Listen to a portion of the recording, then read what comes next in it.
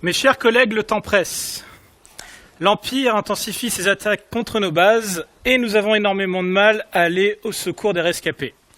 Nous devons admettre que nous avons de grandes difficultés de nous organiser et c'est pour cela que le Haut Conseil de la Résistance nous demande de développer un système d'information qui nous aidera à constituer des flottes de sauvetage à partir des vaisseaux dont on a à notre disposition. Alors je vais vous présenter tout de suite quelle est la grande fonctionnalité qu'on va devoir ici coder pour ce système qui s'appelle Rebels Rescue. Donc en admettant qu'on ait 5 rescapés à aller secourir, ce nouveau système doit aller chercher dans notre inventaire de vaisseaux existants qui s'appelle Swappy, les vaisseaux dont on a à notre disposition. Alors Swappy, c'est un web service qui existe déjà, qui est développé en REST.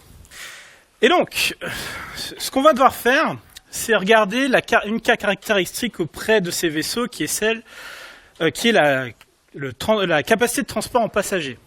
Notamment parce qu'on va filtrer les vaisseaux qui ne peuvent pas transporter personne d'autre que le pilote, parce que ici ça ne va pas nous intéresser. Une fois qu'on va avoir nos vaisseaux qui sont éligibles à constituer notre flotte de sauvetage, on va appliquer un algorithme très complexe pour constituer cette flotte basée sur l'IA, c'est-à-dire qu'il va y avoir plus de 3 ifs dans le code. Définition officielle du marketing, n'est-ce pas ? Mais pour le simplifier, ici, on voit que le Faucon Millennium peut transporter 6 passagers, ce qui est amplement suffisant pour aller sauver nos 5 rescapés. Donc ce sera le seul vaisseau qui va constituer notre flotte. Donc comme le temps presse, je vous propose qu'on se mette tout de suite d'accord sur l'architecture à mettre en place pour ce système qu'on doit développer. Et je vous propose cette belle architecture entière avec une couche contrôleur qui dépend d'une couche service, une couche de persistance. Est-ce que vous êtes d'accord avec moi ? Ah, il y a quand même des gens qui lèvent la main. C'était un piège. Bah, au moins, il y en a qui ont lu le titre du talk. C'est pas tout le temps le cas. Alors non, c'était pour vérifier s'il n'y avait pas des ingénieurs de l'Empire infiltrés parmi nos rangs, parce qu'on ne va pas utiliser cette architecture. Pourquoi ? Parce que bien qu'elle soit assez utile et qu'elle est très utilisée, elle a tendance à mal vieillir avec le temps. Je vais vous expliquer pourquoi, mais d'abord j'aimerais vous poser une question. Dans ce type d'architecture, où est-ce qu'on est censé trouver la logique métier ? Service. Alors c'est vrai que ça a été théorisé comme ça. Mais vous allez voir qu'avec le temps, la logique métier, vous la retrouvez un peu partout. Pourquoi ? Eh bien parce que cette architecture n'a pas été théorisée d'une manière à bien isoler les couches les unes des autres. C'est pour ça qu'on va retrouver de la logique métier dans le contrôleur, mais on va aussi en retrouver dans la couche de persistance et dans vos data access objects. Et une fois qu'on a de la logique métier ici, ça va devenir très difficile de faire des tests unitaires. Parce que vous allez devoir ici potentiellement être dépendant d'un ORM et donc faire des tests d'intégration ou même pire, avoir besoin d'une base de données. Et la situation des fois peut même être pire que ça. Parce que les plus vils ingénieurs de l'Empire vont jusqu'à mettre la logique métier dans les procédures stockées.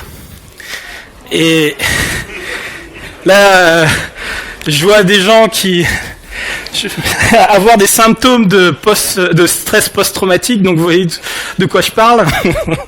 Donc imaginez un truc directement dans la base qu'on peut pas tester, déployer à grande échelle, donc des fois on n'a même pas le source code. Donc ça, faut pas le faire. Voilà. Et donc ça, c'est un des problèmes de cette architecture. Mais on pourrait croire que ce serait OK, vis-à-vis de tout ce qui est lié à la technique, on pourrait avoir une isolation plus clean ici, notamment la persistance. Mais en réalité, c'est pareil. Vous allez retrouver des concerns de persistance un petit peu partout dans toutes les couches en fait de votre application. Qui n'a jamais vu des gens faire des requêtes SQL dans un contrôleur ? Il paraît que c'est la grande avancée dans le monde du JavaScript avec Remix. JavaScript is the new PHP, by the way. Pour troller, désolé. Mais c'est vrai qu'on a vu une keynote qui disait c'est trop bien maintenant dans les contrôleurs, on peut faire des requêtes SQL. Bon, bref. Et là, je viens de me rendre compte que j'ai oublié de mettre le réseau. Mais normalement, si je cliquais ici... Alors, est-ce qu'il y a des gens ici qui ne font pas de Java dans la salle ? Ouais, quelques-uns. En fait, ce que j'allais montrer là, et je vais peut-être le faire en commençant à introduire le truc, c'était de vous montrer un petit peu un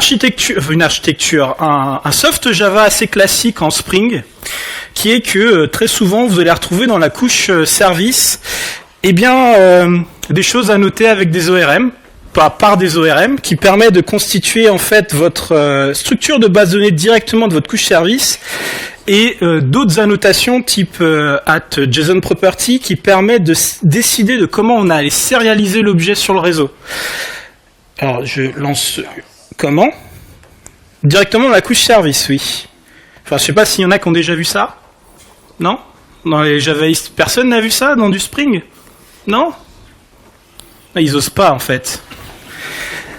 Mais là, normalement c'est bon, je devrais avoir le réseau, j'ai complètement zappé de le mettre. Non, je me trouve pas, bon, c'est pas grave. Mais oui, alors quel est le problème de faire ça ? C'est qu'on est en train de coupler la couche service avec la base de données, avec... Non, c'est pas celui-là, c'est celui-là. Il y a plusieurs pixels qui partagent leur connexion là. Voilà, et là normalement c'est bon. Non, pas encore. Hop, F5. Allez. Ah, voilà. Donc j'ai pris un soft sur GitHub au hasard pour vous démontrer ce que je suis en train de vous dire. Et donc là on est dans la couche service, on a une classe exercice annotée par des add_table, donc on est en train de donner forme à notre base de données. On a aussi des add_JSON property, ça c'est pour dire à notre contrôleur de comment le sérialiser en JSON. Donc on a couplé les 3 couches là. Mais le truc aussi ici, vous allez voir, c'est qu'on va avoir des add_join_table qui permettent de valoriser ici des documents. Et ce qui veut dire que là, en fait, magiquement, l'ORM va valoriser ce champ, mais en test unitaire, vous n'aurez jamais rien dedans, en fait. Donc il vous faut un test d'intégration ici. Donc on est en train de coupler la base de données avec la couche service, avec le contrôleur. Si vous changez de technologie de base de données, qu'est-ce qui se passe ? Vous allez devoir changer votre couche service, parce que si vous passez du SQL à NoSQL, l'orientation document n'est pas du tout la même chose que de la forme normale 3, et il y a une forte chance que vous ayez un impact sur votre couche contrôleur, parce que tout ici est lié. Un truc que j'ai oublié de dire tout à l'heure aussi, c'est que une des problématiques d'avoir de la logique métier dans la couche de persistance, pareil, vous changez de technologie, vous recodez cette partie du métier. Donc là, on voit qu'on a beaucoup trop de couplage entre toutes ces couches. Un autre problème qu'on voit très souvent, c'est que dans le logiciel, on s'appuie beaucoup sur des frameworks structurants, comme Spring Boot, qu'est-ce qu'il y a en PHP, Symfony, en JavaScript, on a quoi ? On a du Nest, etc. Et on a tendance à mettre ça partout. Et pourquoi c'est un problème ? Parce que si vous couplez votre logique métier avec votre framework, quand vous allez avoir des montées de version de votre framework mineures cassantes, ce qui devrait jamais exister, mais bien sûr que ça existe, votre logique métier ne va plus fonctionner, vous risquez d'avoir des régressions fonctionnelles, alors vous n'avez pas du tout touché à cette partie-là. Et vous allez me dire, non, mais bon, on a des trucs très stables maintenant, etc. Mais oubliez pas que, et souvent ce qu'on me dit aussi, c'est qu'on ne change pas tant que ça de framework structurant, mais le code que vous écrivez aujourd'hui, un jour, il va devenir legacy. Et qui n'a jamais repris un projet qui tourne en prod, qui a 10 ou 5 ans, qui tourne encore sur des EJB, et se dire, ce truc-là est plus du tout maintenu, j'aimerais bien pouvoir faire des évolutions, mais c'est compliqué. Pourtant, la valeur est là, ça tourne en prod. Et si vous cherchiez à juste réutiliser la logique métier et recoder la partie technique avec, Spring Boot ou Quarkus, vous allez galérer parce que la logique métier est couplée avec votre framework. Donc là, je vous parle de JB, ok, ça a 15 ans, mais bon, en combien de temps en JS un framework devient obsolète ? Pardon. Bon, c'est un petit troll. Et comme ici, on a une architecture en cascade, si vous avez un problème dans votre couche de persistance, ça va faire planter votre couche service qui compilera plus, comme votre couche de contrôleur. Donc, ce qui se passe, c'est que le couplage, ça amène de la fragilité.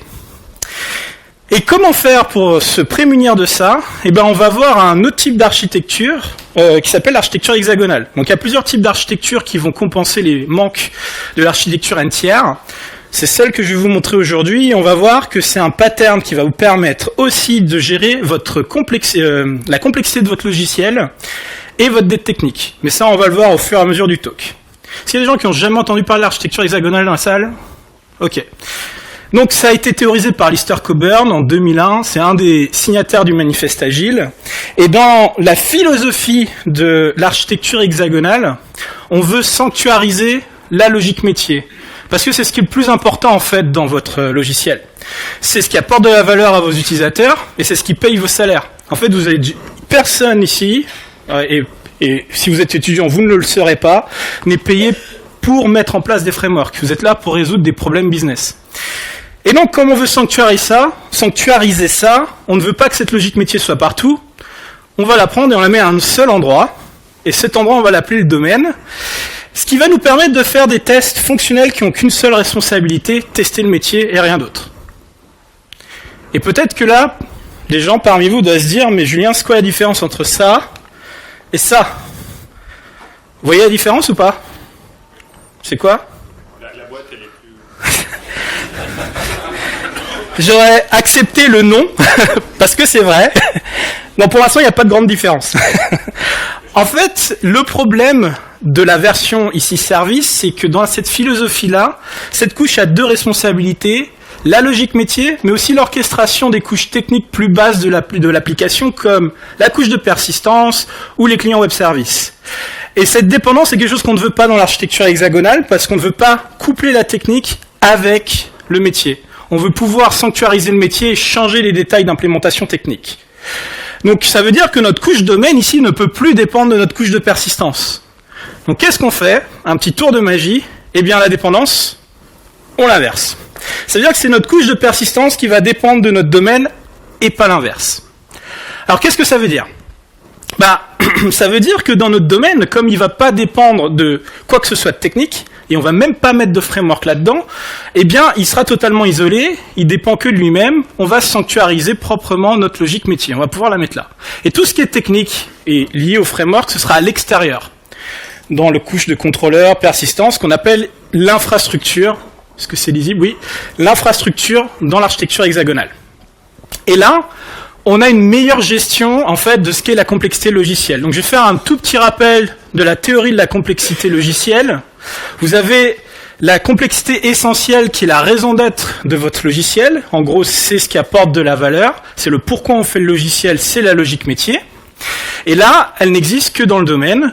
Et à l'extérieur, vous avez la complexité obligatoire, qui est toute la technique nécessaire pour donner vie à cette logique métier, parce que vous ne pouvez pas mettre un utilisateur devant un algo. Ça ne s'exécute pas à vue d'œil, donc c'est comme ça.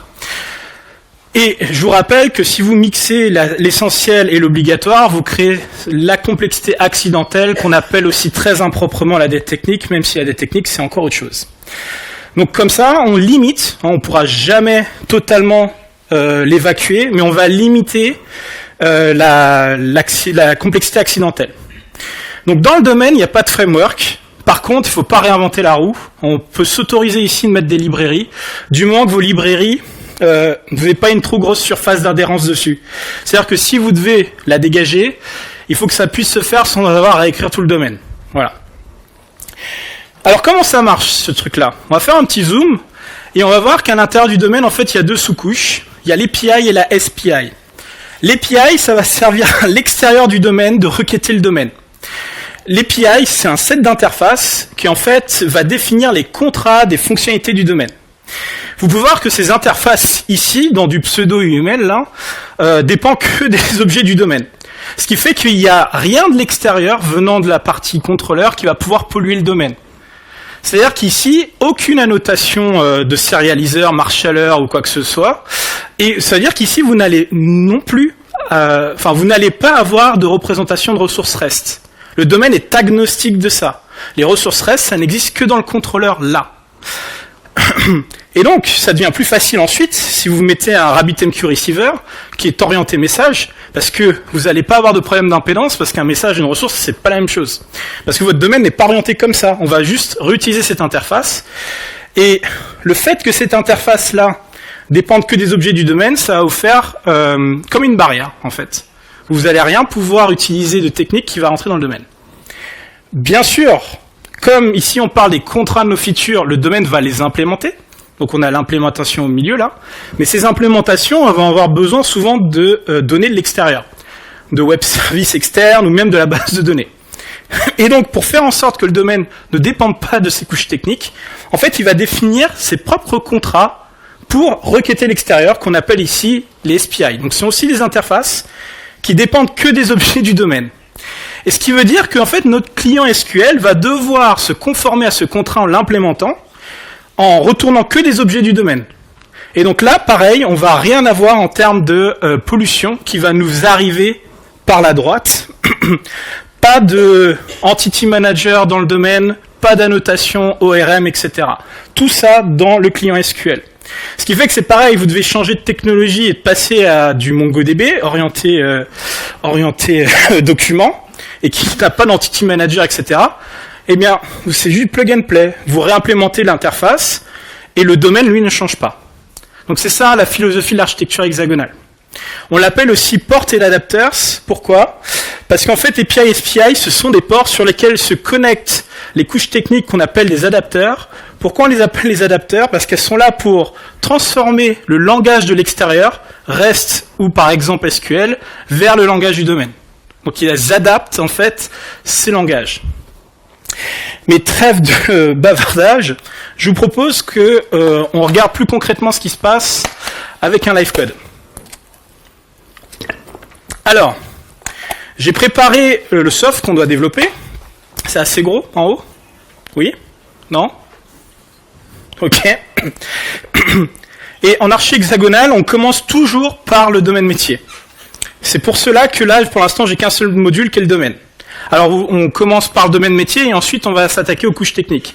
Mais on fait pas tout le domaine d'un coup, hein. On fait ça feature par feature. Première feature, on fait la technique autour. Deuxième feature, on fait la technique autour. Alors, là, pour ceux qui connaissent Maven et Java, vous voyez que j'ai pas de dépendance sur Spring Boot qui sera mon framework structurant. J'ai dépendance sur JUnit et ACRG qui sont des frameworks de test, mais ça, c'est normal. J'en ai besoin pour construire mon domaine. Ok. Donc, pour l'instant, dans mon domaine, qu'est-ce que j'ai ? J'ai représenté ce qu'est une flotte. C'est quelque chose qui a une liste de vaisseaux, pardon, Starship. Et un Starship, c'est quelque chose qui a un nom et une capacité de transport ici qui est un int. Mais avant de coder ma fonctionnalité, il faut savoir que l'architecture hexagonale, ce n'est pas qu'un style d'architecture, c'est aussi une approche aujourd'hui. Et pour donner, en fait, et former mon domaine, je vais commencer par un truc qui s'appelle un test, super. On va faire de l'acceptance test-driven development. Ça va nous permettre de définir le comportement qu'on attend de notre domaine sans être lié aux détails d'implémentation. Donc ici, j'ai écrit un premier test qui assemble une flotte pour 1050 passagers, sachant que j'ai 1050 passagers. Lorsque je vais créer ma flotte, donc c'est ici que je vais devoir mettre le code, hein, pour l'instant j'ai initialisé à nul, je vais m'assurer que tous les vaisseaux de cette flotte ont assez de capacité de transport de passagers tous ensemble pour tous mes rescapés à sauver, et que chacun en fait de ces vaisseaux ont de la capacité de transport. Rappelez-vous, les X-Wing ne nous intéressent pas parce qu'ils ne peuvent pas transporter de passagers. Ok. Donc maintenant, je vais coder ce qui nous manque. Donc ici, mon test d'acceptance, si vous avez compris, il est à l'extérieur de mon domaine. Il est en lieu et en place de mon contrôleur. Donc il va interagir avec mon domaine. Donc ici, je vais définir le contrat que j'aimerais en fait avoir pour interagir avec le domaine. Je vais l'appeler Assemble a Fleet for Passengers en donnant un nombre de passagers en paramètres. Mon Assemble a Fleet n'existe pas. Je vais le créer. Hop, il faut que je lui donne un type. Je vais l'appeler Assemble a Fleet. Voilà, et je vais initialiser ça à nul. Hop, je vais remonter ça ici. Donc, ce type n'existe pas, il va falloir que je le crée. Et là, IntelliJ va me demander si je veux créer une classe ou une interface. À votre avis, qu'est-ce que j'utilise ? Une interface. Pourquoi ? Parce qu'en fait, c'est le contrat qui me permet d'interagir avec mon domaine. Donc, allons-y. Je vais mettre ça dans mon code de prod. Et là, dans quelle sous-partie de mon domaine je vais la mettre, cette interface ? API, exactement. Alors, si vous n'aimez pas le terme API, parce que pour certains, c'est très connoté REST API, il faut savoir qu'originellement, une API, c'est ça. Vous pouvez utiliser le terme feature, si vous préférez. C'est analogue dans ce cas-là.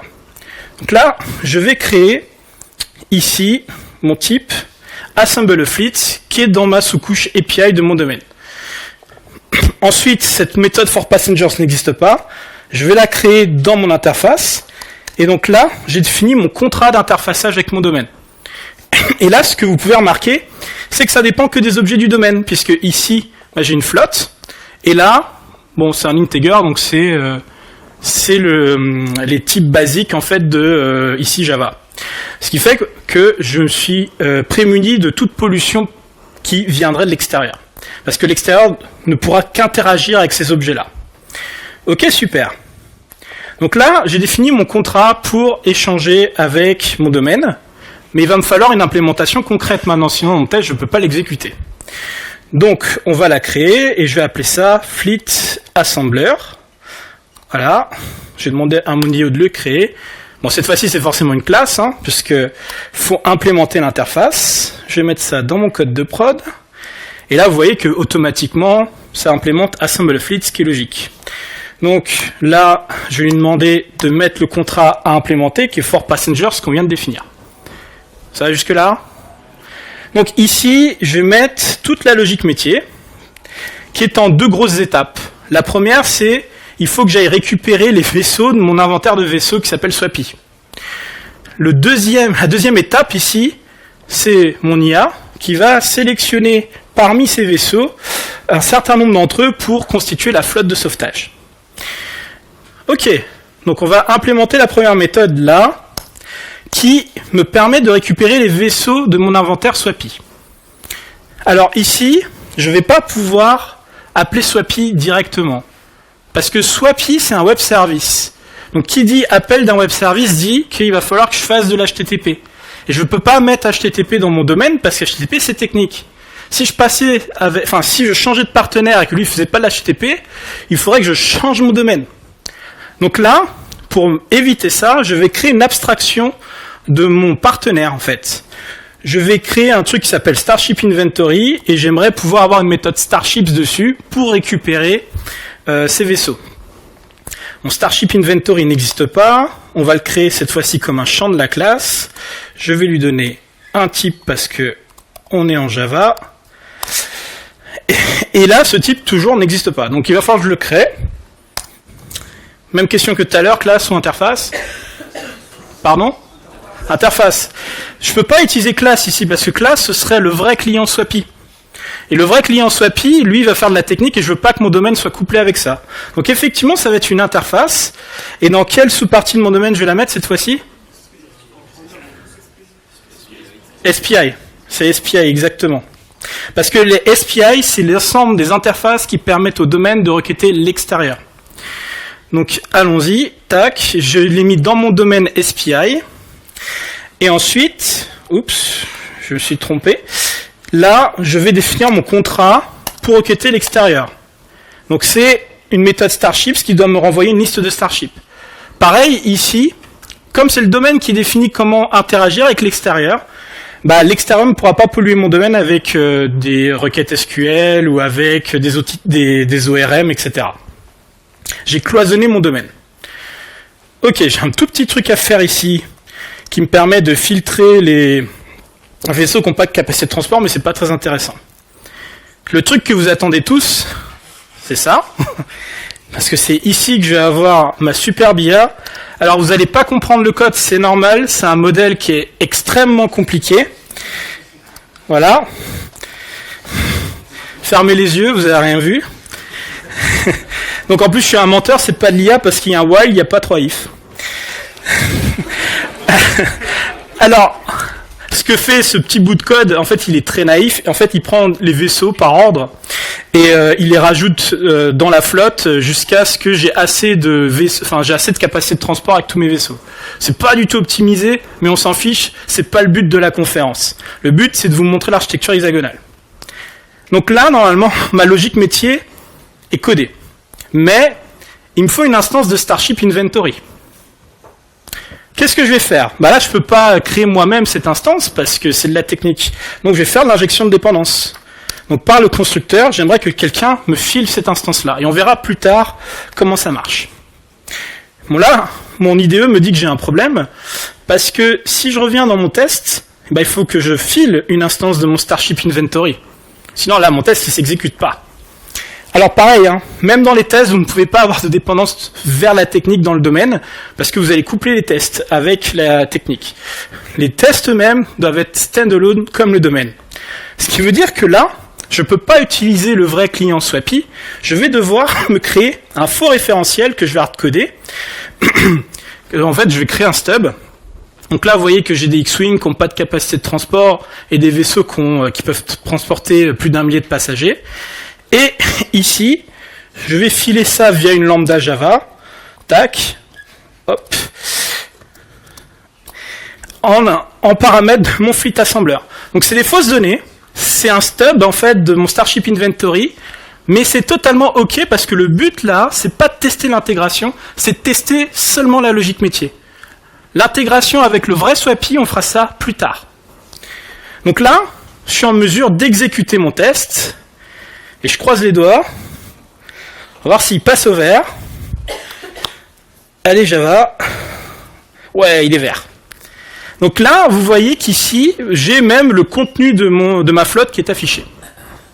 Donc si je résume ces étapes, on a créé un test fonctionnel qui se met en lieu et en place de notre contrôleur, qui va en fait permettre de définir notre contrat d'interfaçage avec le domaine, qui est notre Assemble Fleet ici, dans la couche API. Cet Assemble Fleet dépend que des objets du domaine pour éviter toute contamination par la gauche, là. Et mon Fleet Assembler est l'implémentation concrète de cette interface, qui est ici en vrai ma feature. Cette feature a besoin des vaisseaux qui viennent de Swappy. Mais comme on ne peut pas avoir de dépendance directe, on définit notre propre contrat qui est Starship Inventory, qui dépend que des objets du domaine. Et pour faire en sorte que mon test s'exécute, j'ai créé un stub là qui simule un Starship Inventory. Ok. L'étape d'après, c'est de faire en sorte de vérifier que notre logique métier apporte la valeur qu'elle est censée apporter. Comment on fait ? Eh bien, on va faire ce qu'on appelle une ouverture par la gauche, c'est que on va implémenter le contrôleur pour exposer cette logique métier sur le réseau. Donc allons-y, attaquons la couche contrôleur. Alors, vous allez voir maintenant que j'ai un module en plus, le module infrastructure qui n'existait pas avant. Il y a un petit fast forward pour éviter tout un tas de boilerplate. Excusez-moi, je bois un peu d'eau. Et vous allez voir que cette couche d'infrastructure dans laquelle on va mettre le contrôleur, elle va dépendre de Spring Boot. Et c'est normal parce que ici je vais gérer la complexité obligatoire et les frameworks sont faits pour gérer les complexités obligatoires. Mon domaine, lui, par contre, ne dépend de rien d'autre que de lui-même. Et j'ai mis même un plugin ici qui interdit toute dépendance extérieure. Donc même si par erreur ici je rajoute une dépendance vers l'infrastructure ou un framework, c'est au build que ça va pas marcher. Bon, revenons à notre infrastructure dans laquelle on va mettre notre contrôleur. Donc on a préparé ici des choses pour mettre le contrôleur, mais avant de coder mon contrôleur, qu'est-ce que je vais faire ? Un test. Là, on va faire de l'ITDD, un test d'intégration. Donc, il est ici. Et pourquoi je fais ça, en fait ? Parce que ça va me permettre de définir mon contrat REST et JSON de mon contrôleur, d'abord, avant de réfléchir à l'implémentation. Ici, on voit que je cherche à pouvoir faire un post sur une URL qui est RescueFleet, qui accepte un JSON dans lequel je vais pouvoir donner un nombre de passagers. Ici, le nombre de passagers sera égal à 5. Je m'attends à avoir un status created 201 en HTTP, donc c'est-à-dire que j'ai réussi à créer ma ressource de flotte, et cette ressource doit avoir un ID, doit avoir une liste de Starship qui doit avoir un seul élément, qui est le Faucon Millennium avec 6 passagers. Donc ça, c'est le contrat défini par le test. Maintenant, on va pouvoir implémenter notre contrôleur, ici. Donc je l'ai préparé, il s'attend, je l'ai mappé sur /rescueFleet, et j'ai aussi fait un mapping sur la méthode post. Donc c'est cette méthode-là de mon contrôleur qui va être appelée sur le post. Donc depuis mon contrôleur, qu'est-ce que je dois faire ?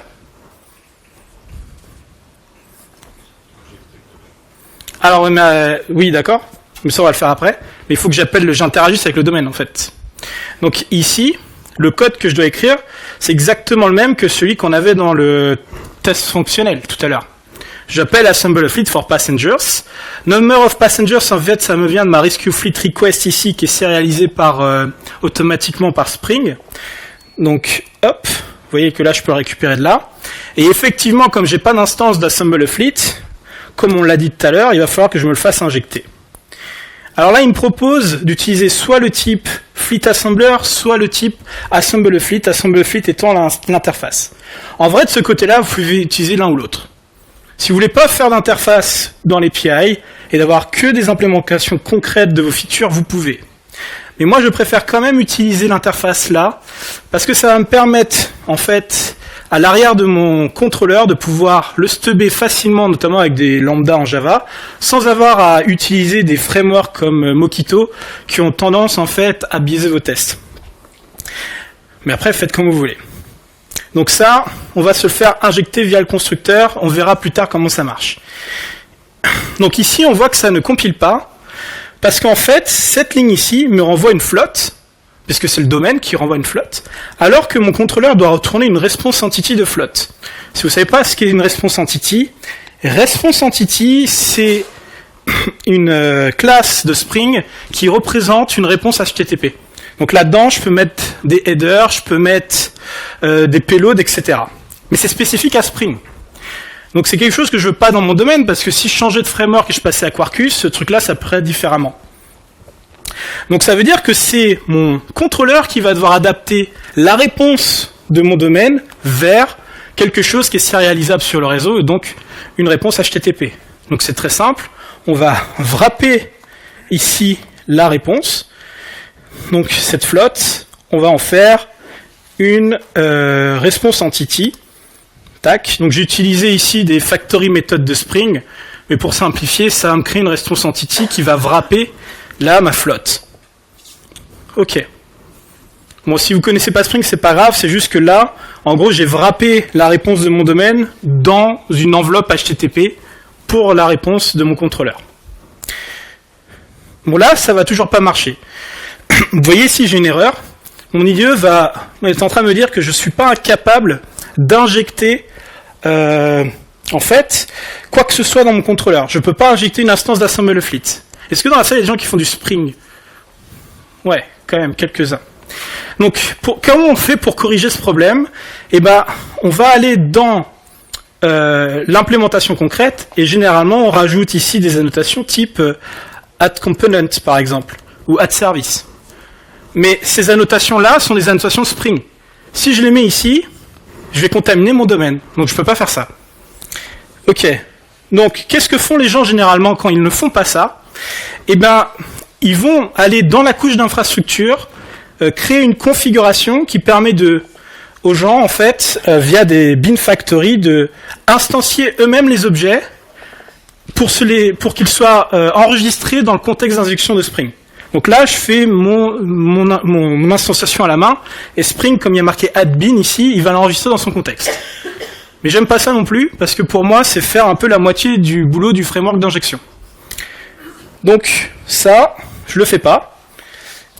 Et parce que je préfère m'appuyer sur les annotations. Je trouve que c'est une meilleure développeur expérience. Mais comme je vous l'ai dit, les annotations, je peux pas les utiliser. Parce qu'elles sont de Spring. Et ben, je vais faire un petit trick là, qui va faire en sorte que ce soit pas mon domaine qui connaît Spring, mais l'inverse. C'est Spring qui va connaître mon domaine. Et en fait, c'est très très simple. J'ai défini mes propres annotations ici, comme add domain service, qui ont un double but. Documenter ce qu'est un domain service. Si vous connaissez pas le DDD, je vais vous simplifier, c'est une feature. Mais aussi, vous voyez qu'ici, il y a une rétention runtime. C'est-à-dire que cette annotation est lisible au runtime. Donc, ça va permettre à Spring de la découvrir, en fait. Donc, dans ma classe concrète, je vais utiliser mon annotation custom ici. Qu'est-ce qu'il me fait, là? Que j'ai appelé domain service. Bon, pour l'instant, le problème, c'est que Spring ne connaît pas cette annotation. Bah, ce que je vais faire, c'est que dans ma domaine configuration ici, je vais rajouter une petite directive qui s'appelle component scan, que je vais tweaker pour dire, bah, scan, enfin, tout ce qui est annoté avec domain service, qui est mon annotation, il faut que tu le charges dans ton contexte. Et là, vous allez voir maintenant que si je retourne dans mon contrôleur, l'erreur n'existe plus, et même mon IDE est capable de voir que c'est mon fleet assembler qui va être injecté. Parce que là, j'ai cliqué sur le petit bin là, et puis il a trouvé directement cette classe. Donc là, j'ai pas pollué mon domaine avec Spring. Alors pour l'instant, ce que j'ai fait est toujours pas exécutable pour mon test de mon contrôleur, parce que j'ai toujours pas de Starship Inventory. Il me faut que j'ai une instance de ce truc-là. Donc là, vous avez deux choix. Soit vous l'implémentez, donc vous créez vraiment le client Swappy dans l'infrastructure, soit vous faites ce que je vais faire. Et ce que je vais faire, c'est que je vais réutiliser le stub que j'avais fait dans mon test fonctionnel. Je vais vous expliquer après pourquoi. Si vous vous rappelez ce que j'ai fait dans mon test fonctionnel, le test fonctionnel, il est ici. J'avais inliné un référentiel à la main et je l'avais donné en entrée de mon fleet assembler. Ça, je l'ai wrappé dans une classe qui s'appelle Starship Inventory Stub. Vous retrouvez ici mon référentiel, il implémente le Starship Inventory. Donc là, c'est vraiment mon stub qui simule Swappy. Et vous pouvez voir que mon stub, eh bien, il est dans mon code de mon domaine, dans le code de prod. Ce qui va me permettre derrière de, en fait, l'injecter de l'enregistrer dans le contexte d'injection de Spring. Donc ici, je vais mettre mon add stub, qui est une annotation custom que j'ai créée, et j'ai juste là à rajouter dans mon component scan le fait de lire, de chercher pour ces annotations, et comme ça Spring va les découvrir. Et donc maintenant, si je me mets dans mon test de mon contrôleur et que je l'exécute, croise les doigts, mais ça devrait fonctionner. Allez.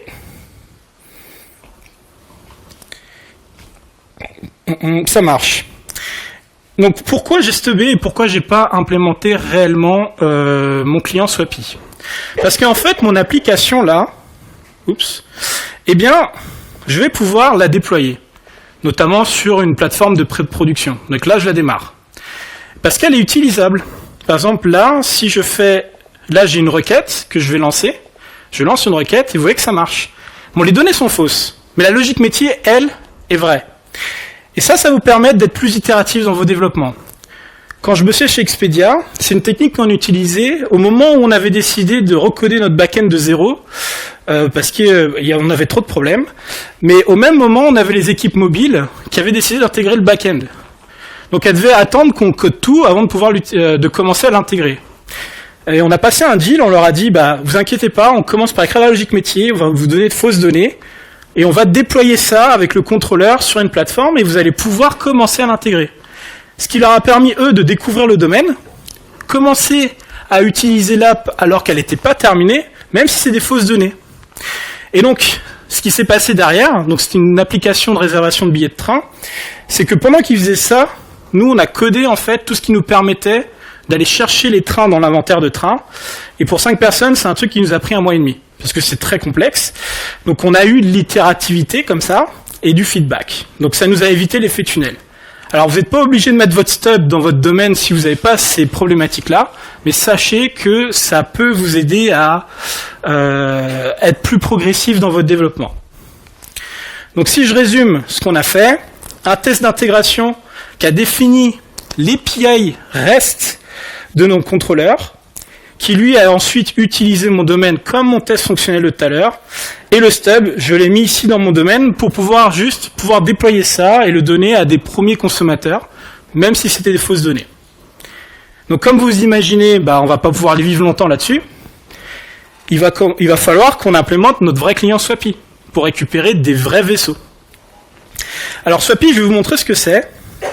Je vous l'ai dit, c'est un vrai web service, ça tourne aujourd'hui sur swappy.dev, et c'est un référentiel sur tout un tas de données de Star Wars, les planètes, les vaisseaux, etc. Et moi, ce qui m'intéresse, c'est leur endpoint qui s'appelle Starships. Je vais l'utiliser comme si c'était en fait mon référentiel de vaisseau. Ok. Donc, allons-y. On va voir comment on intègre Swappy en architecture hexagonale. Donc, un petit fast-forward encore pour éviter de se taper trop de boilerplate. Mais vous voyez maintenant que dans mon infrastructure, j'ai un package pour mon client Swappy. Mais avant d'écrire mon client Swappy, je voulais économiser celui-là, je vais faire un test d'intégration. Ce test d'intégration-là, il vérifie que lorsque je vais appeler la méthode Starship sur Swappy, je récupère ces vaisseaux-là. Le truc, c'est que, rappelez-vous, Swappy, c'est un web service. Et je veux pas que mon test soit dépendant d'un web service, parce que sinon ma CI/CD risque d'être instable si Swappy est down. Donc qu'est-ce que je fais? Je crée un mock server qui va simuler Swappy, et donc qui va répondre comme si c'était Swappy. Donc je peux pouvoir faire un get dessus sur l'URL de Swappy, et je vais pouvoir répondre à un JSON avec le statut success 200, qui est en fait quelque chose que j'ai extrait d'une réponse de Swappy. J'ai fait une extraction là, et j'ai mis le JSON dans le test, et ça c'est une vraie réponse Swappy. Mais si on regarde cette réponse, on va voir des choses assez marrantes. On peut voir déjà qu'il y a un champ qui s'appelle next, qui va me dire qu'il y a une deuxième page à aller fetcher. Ça veut dire que Swappy est paginé. Mais mon domaine, il ne l'est pas. Et là, heureusement que je suis en architecture hexagonale. Parce que souvent, quand vous avez des partenaires qui sont paginés, par accident, en fait, votre couche service devient paginée, et par accident, votre contrôleur devient paginé. Mais si moi, j'ai pas besoin de la pagination, parce que je sais que je vais jamais renvoyer beaucoup de données, j'ai pas besoin de gérer cette complexité. C'est un choix de Swappy, en fait. Si je change et que je passe à autre chose que Swappy et que cette autre chose n'est pas paginée, ça devrait pas avoir d'impact sur mon domaine. Donc il va falloir qu'on gère ça, cette pagination. Mais il y a d'autres trucs aussi, c'est que les vaisseaux s'appellent result, mais aussi dans un vaisseau, il y a plein d'informations qui m'intéressent pas. Moi j'ai besoin de name ici, et j'ai besoin de passengers, qui correspond à ma capacité. Mais il y a un truc marrant là, c'est que passengers, c'est un string. Et ça m'embête, parce que moi il faut que je somme les passengers pour savoir si j'ai assez de capacité de transport. Alors comment je vais traiter ça?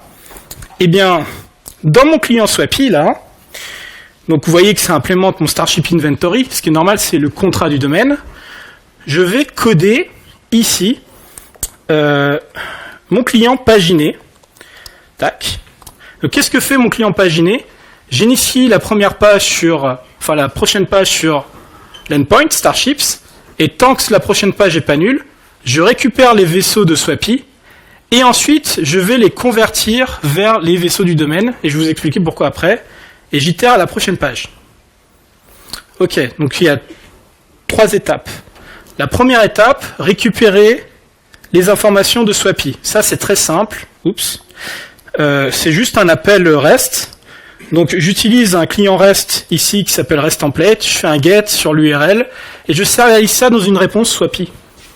Qu'est-ce que c'est qu'une réponse Swappy? Ça va correspondre au JSON que je vous ai montré tout à l'heure. Vous voyez que la réponse Swappy, elle fait partie du package Swappy. J'ai un next, qui est la prochaine page, et j'ai results, qui est une liste de Swappy Starship. Et si vous vous rappelez ce qu'il y a dans un Swappy Starship, j'ai un nom, j'ai plein d'autres trucs, mais j'ai mappé que ce qui m'intéresse moi. J'ai un nom qui est un string, et un passengers qui est un string. Vous vous rappelez, ça correspond au JSON qu'on a vu. Donc il va serialiser la réponse là-dedans.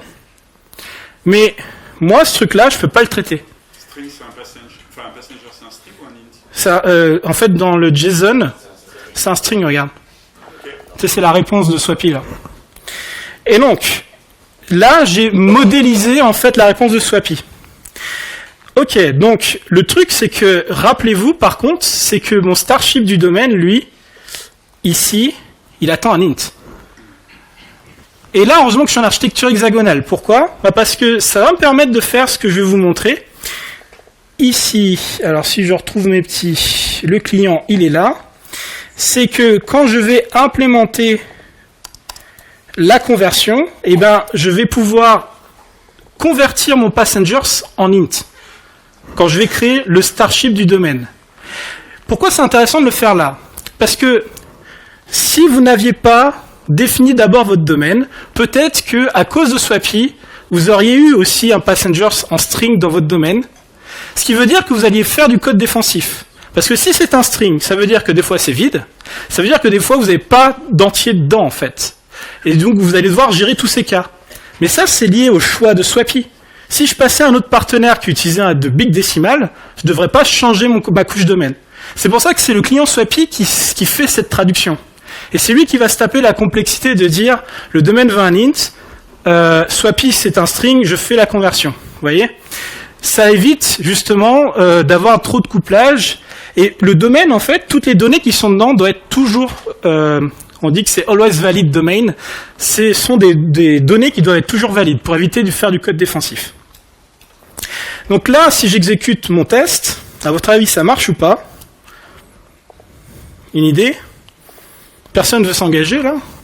J'ai écrit des tests qui marchent pas, moi, depuis tout à l'heure.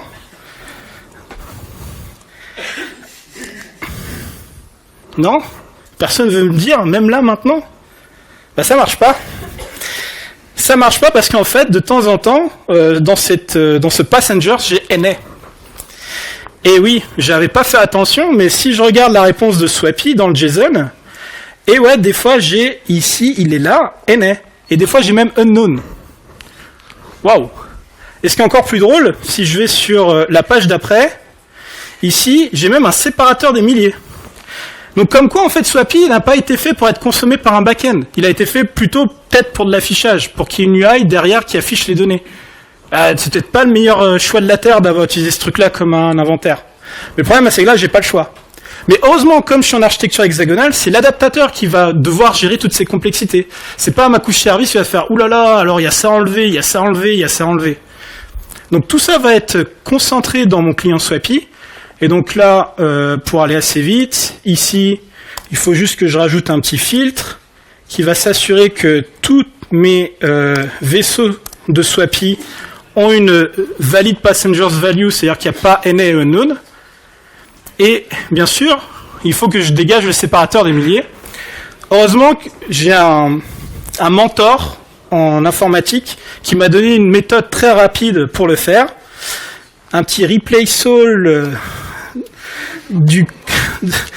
avec vide. Je pense que vous avez deviné que mon mentor c'est ChatGPT. Faites pas ça en prod, moi je suis un prompt engineer professionnel. Donc, et là normalement quand j'exécute le test ça devrait marcher. Mais vous voyez toute cette complexité d'adaptation qu'on a là? Le coût de dégager le séparateur des milliers, des N unknown, c'est pareil, c'est pas le domaine qui doit faire ça. Je change, je passe de Swappy à un autre truc qui est plus propre, tout ce code-là dégage.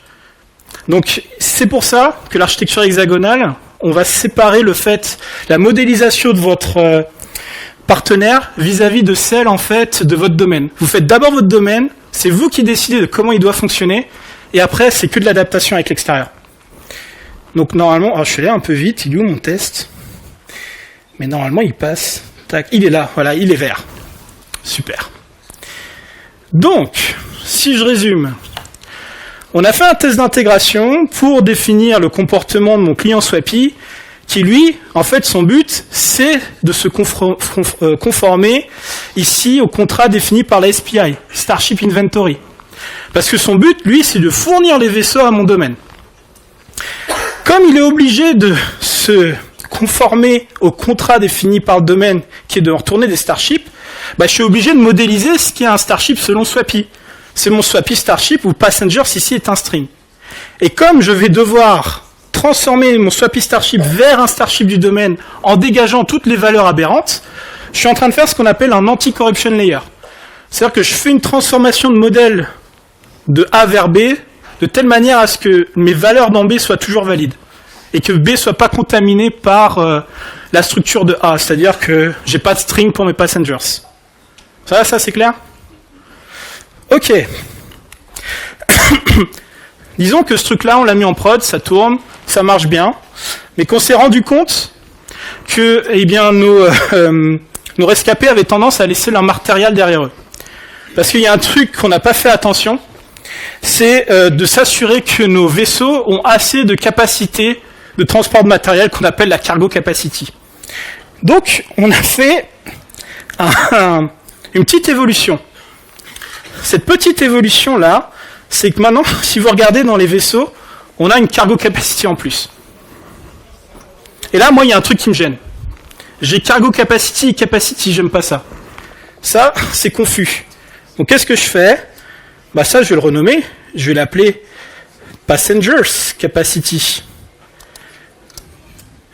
Ok, on fait un refactoring. Est-ce qu'il y a des gens qui se demandent pourquoi à la fin du talk, je suis en train de faire un refactoring à la con comme ça? Oui? Est-ce que vous savez quel est l'impact de ce que je viens de faire? Je viens de péter tous mes consommateurs.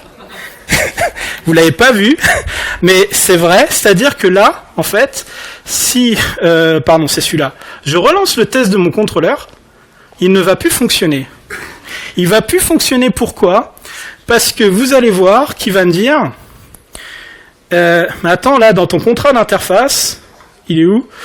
J'étais censé avoir une capacity en JSON, mais maintenant, j'ai passengers capacity. Qu'est-ce que t'as foutu ? Ah oui, là, j'ai pété mes consommateurs. Pourquoi j'ai pété mes consommateurs ? C'est parce qu'en fait, mon contrôleur fait une grosse bêtise. C'est-à-dire que, en fait, ici, il sérialise directement la flotte de mon domaine.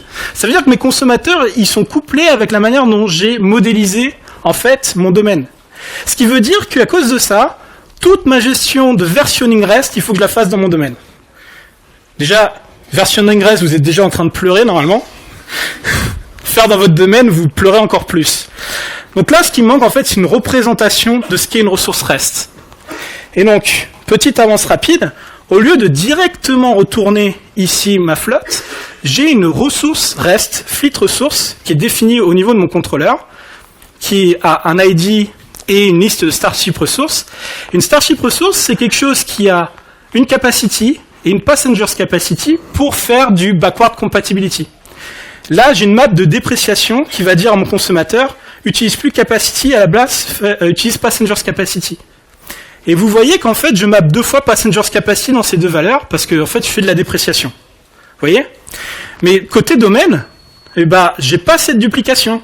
Si ici, je vais regarder ce qu'il y a dans un Starship,